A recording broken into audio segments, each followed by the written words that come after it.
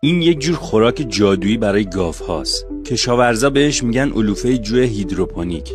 توی مزارع آمریکا داره تبدیل به یکی از بهترین خوراک‌ها برای گاو و گوسفند میشه. روش درست کردنش خیلی ساده است. دونه‌های جو رو حدود 8 ساعت خیس می‌کنی. بعد یک دست توی سینی‌های بزرگی پخششون می‌کنی. جوری که ضخامتش حدود 2 سانت باشه. روزی چند بار روش آب اسپری می‌کنیم و فقط توی 7 روز یک فرش سبز و پرپشت در میاد که حدود 15 سانتی متر قد داره.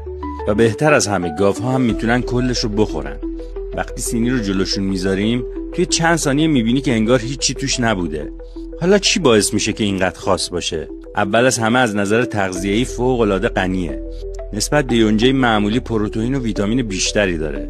واسه همین گاوهای شیری باهاش بیشتر شیر میدن. دوم اینکه خیلی به صرف است. از حدود 1 کیلو بذر جو میتونیم 3 کیلو علوفه تازه و سبز به دست بیاریم. این یعنی صرفه جویی توی هزینه‌های دامدار. به جای اینکه کلی پول خرج خوراک آماده بکنن، با این روش کشاورزا هم وقت و هزینه‌شون کمتر میشه، هم دردسرشون. برای همینه که روز به روز دامدارای بیشتری دارن از این روش استفاده میکنن.